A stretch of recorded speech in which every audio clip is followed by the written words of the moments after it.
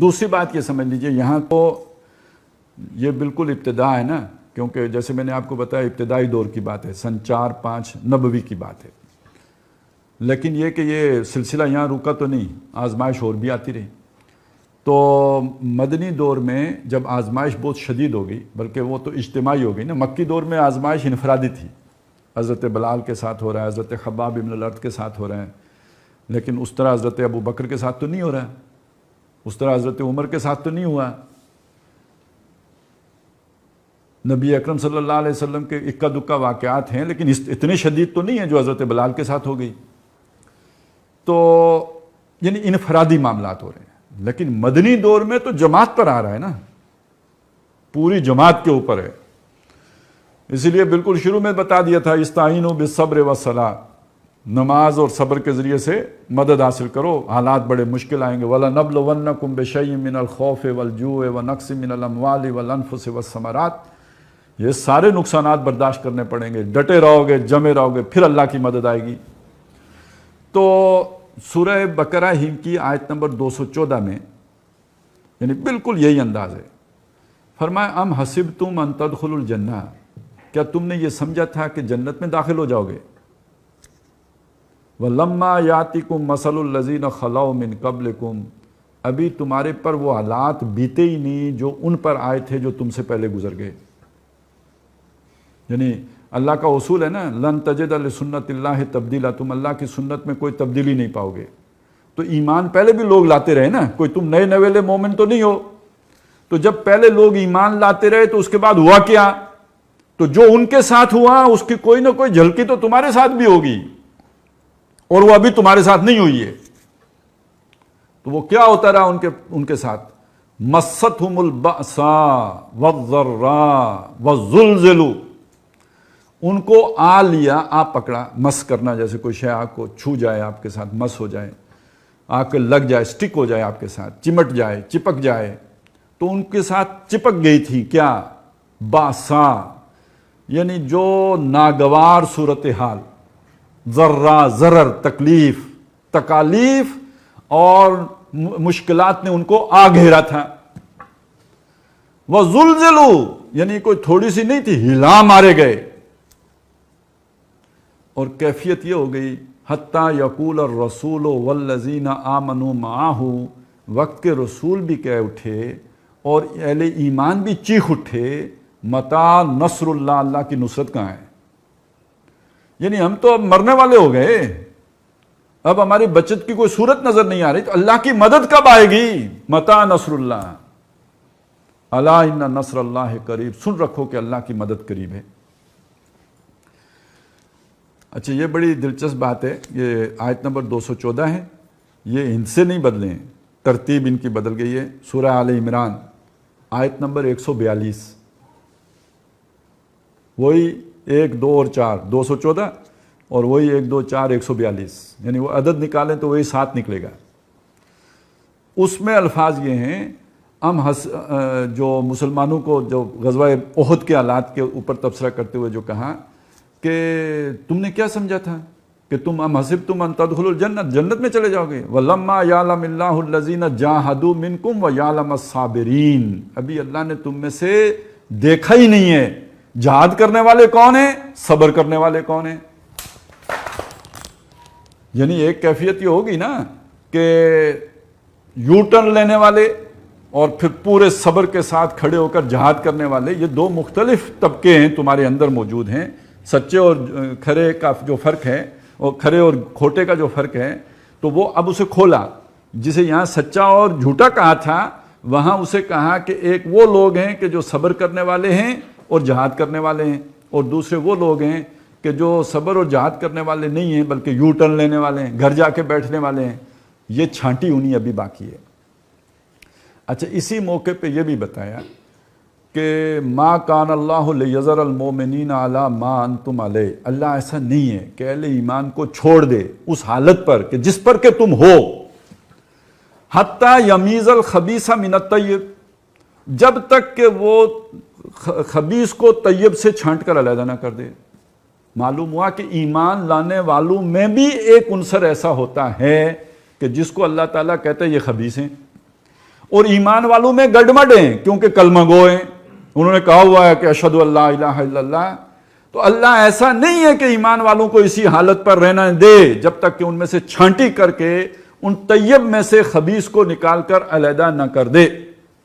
اچھا وہاں پہ ایک بات وہ جو میں پہلے بتا چکا ہوں نا, اللہ نے وہاں پہ کھولی ہے وہ بات کہ ایک تو اللہ ایسا نہیں ہے کہ چھانٹی کر کے تو تمہیں بتا دے, یعنی تمہیں چھوڑے رکھے اسی حالت میں کہ جو خبیث اور طیب گڑمڈ ہیں اسی طرح گڑمڈ رہے ہیں, کہ وہ چھانٹی نہ کرے, وہ کر کے چھوڑے گا چھانٹی. دوسری بات, وما کان اللہ لیطلعکم علی الغیب, اللہ ایسا بھی نہیں ہے کہ تمہیں غیب پر مطلع کرے کہ وہ گن کے بتا دے کہ فلانا فلانا کھرا ہے اور فلانا فلانا کھوٹا ہے, ایسا بھی نہیں ہے. تو اب دونوں باتوں کو جوڑیں تو کیا مطلب نکلا ہے؟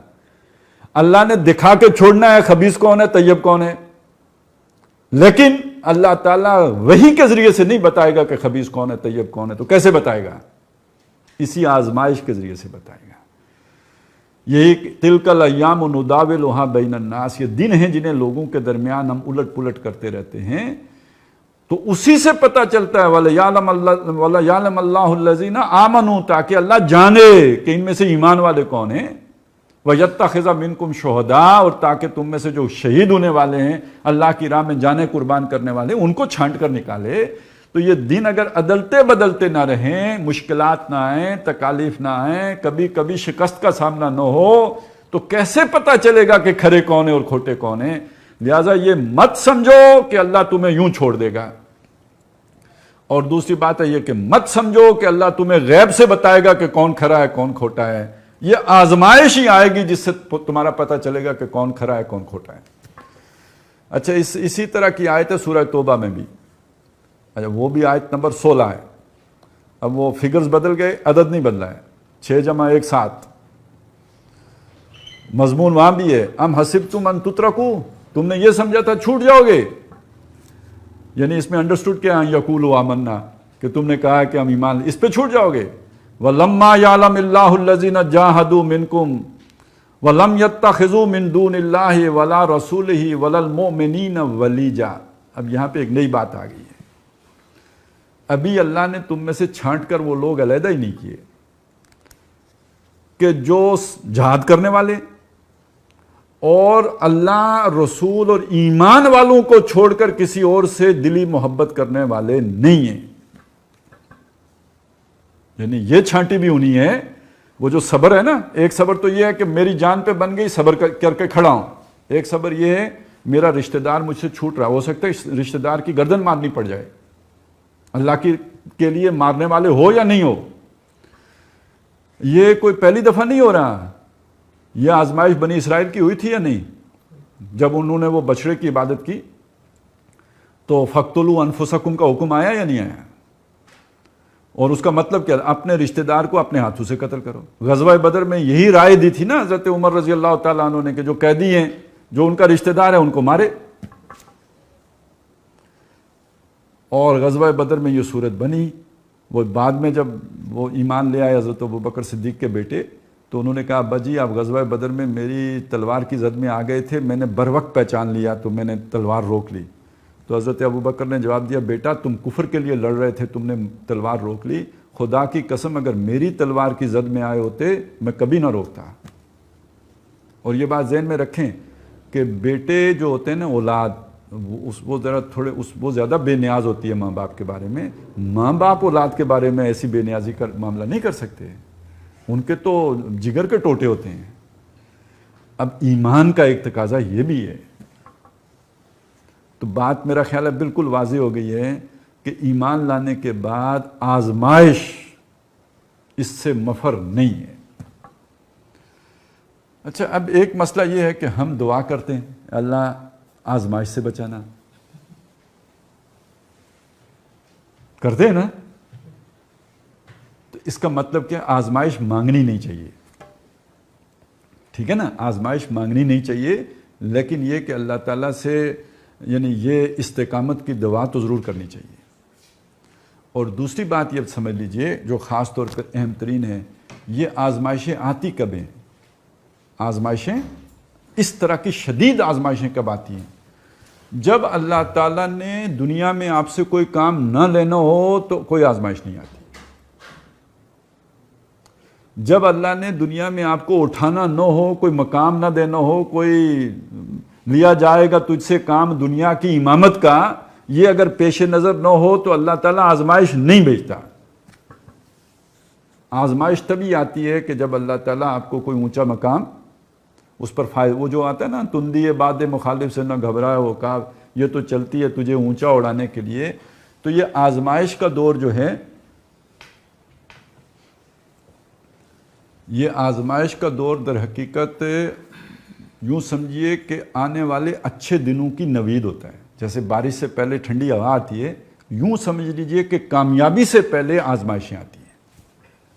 ان مع العسر یسرا، تو ایک تو یہ اس میں خوشخبری کا پہلو ذہن میں رہے، اس سے مایوس ہونے کی بات نہیں ہوتی۔